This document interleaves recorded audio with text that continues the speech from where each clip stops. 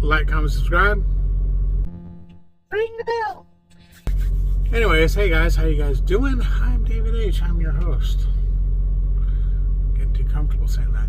Anyways, I got another That's Trucking moment for you. What this is this is things that can happen to you as a truck driver if you are looking to become a truck driver, get into the trucking industry.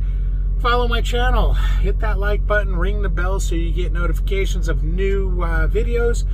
I am going to go back and start doing my That's Trucking moment videos. I didn't call them that. Maybe I'll start calling them that. That's Trucking videos.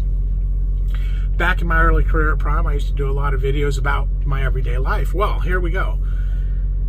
One of the things I liked when I was looking into trucking is to watch videos on how things were and what things were like. Well, a lot of YouTubers will just blow a lot of smoke in your boom to get a referral bonus out of you, because obviously if they tell you what kind of crap goes on in trucking, you might not go to this company and or that company or the other company or get into trucking altogether and give them your bonus. So stick with me. This channel has never been about any kind of BS. As a matter of fact, if I find somebody BSing on the internet, I will go after them and do a nice reaction video and let you know my thoughts on that BS.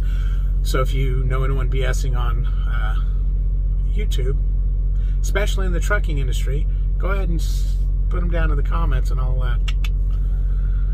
All right, so yesterday, you guys, if you watch my last video there on Trucking BS, or That's Trucking Moment, whatever I'm going to call the series, you'll see that we got screwed on a Tropicana load and a Tropicana load, and we ended up getting a load out of Shaw in Dalton, Georgia, and took that over to Jersey Village, Texas. Very uneventful trip. Stopped at the Rice Palace. Very good crawfish etouffee over rice. Very good, very good. And so we went and delivered that load. But on the way to that load, Melissa gives me a shout out. Hey, sweetie pie, love of my life, King David, my master. You know, all the things she calls me. And said, we got a pre-plan. So I start looking it over, you know, I kind of got woken up by the, hey, just David, there's a pre-plan. But anyways, nevertheless, I was awake. And I looked it over, and of course, I know better than to do this stuff half awake because I've screwed myself before. I need to start using my GoPro for this because I can see that stupid thing focusing in and out. Phones just suck at this. So anyways, I look at it and it's going to North Haven, Connecticut. So right off the bat, I'm like, no, Northeast, wintertime. But the Northeast can be nice in wintertime too. It's not like that dirty Northwest that will get you every time you go there in the wintertime. So I actually look up the weather for in North Haven for the week, and it's good. It's good, beautiful. Now I do a route planner and I look up the weather on my route. Good, beautiful. We're going to take the 10 all the way back up to the 55, 57, boom, boom, shalom. 81 to the 95, boom, right in there. Weather's beautiful all the way. All the way. It's beautiful. So, yep. Well, at first I was told it's a hot load, so I said, I ain't interested in no hot load. Hot load makes me, what did I say? I think hot load, the term hot load makes me nervous and or will stress me out. I don't want to be stressed. So I got a reply, the revenue on this should chill you out a little bit. So I went ahead and, okay, well, let's see. So I looked at the revenue and like, yeah, Melissa, you want to do it? Yeah, okay. So it picked up the next day. It picked up the next morning after we dropped, but it had a big deadhead on it. So I said, okay, let's do it. Drop that load. Deadheaded over to the 01. I got there about 4 hours early, so I shut down, went to bed. And as I'm laying there, I started thinking, crap, we got to drive through freaking New York. I don't have my hut sticker for the year. I never picked up my new stickers, my new permits. And reason being is I'm like, well, I ain't gonna go to the northeast anyways before I turn this truck in, or before I go into the terminal on January 17th, and I'll get the stuff then. Well, I forgot about that.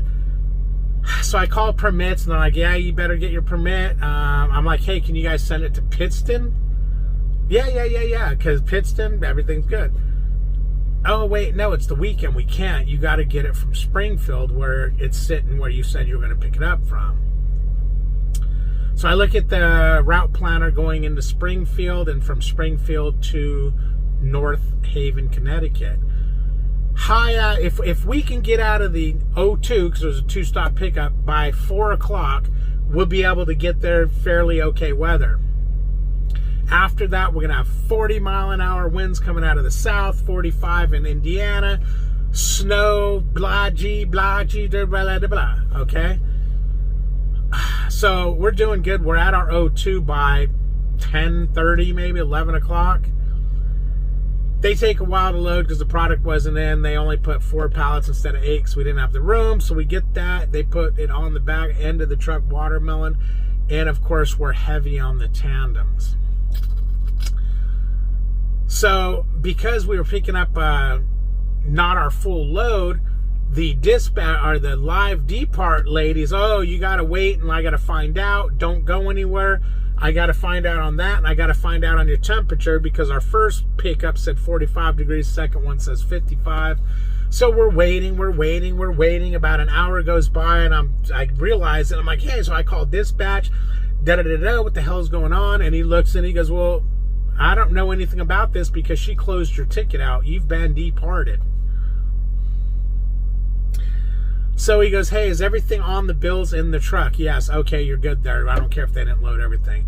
Then he said, I said, well, what about the temperature? He goes, well, what are you carrying? I said, I got cucumbers, this, that, and watermelon. Watermelon wants it at 55, the other at 45. Rented at 45. They ended up settling at 46 degrees. But anyways, so it's at 46 degrees.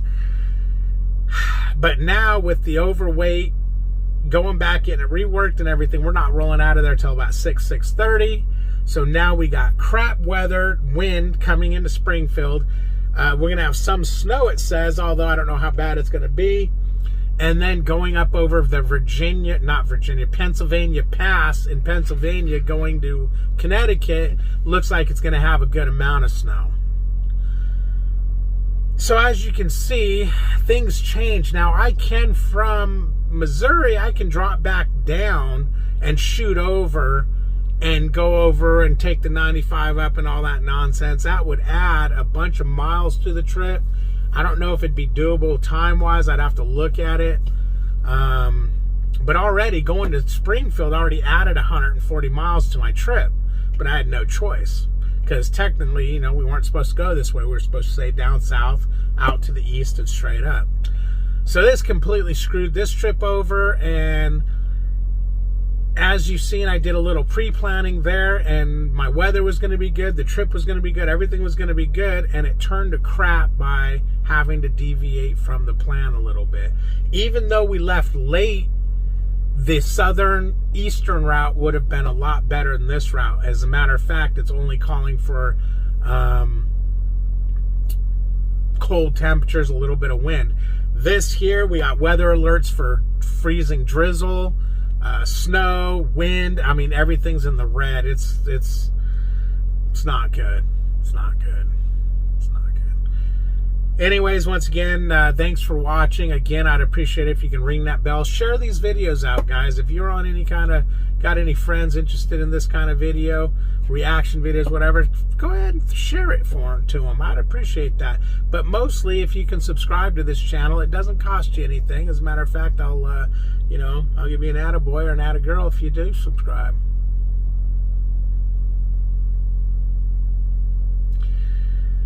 Don't forget to hit that bell on the way out. No, not the bell. Yeah, hit the bell. That will give you notifications. But what I meant to say is don't forget to hit the like button. Hit that like button, guys. All that stuff helps the channel. And I'd really like to start growing the channel again. That'll get me motivated to put more video out.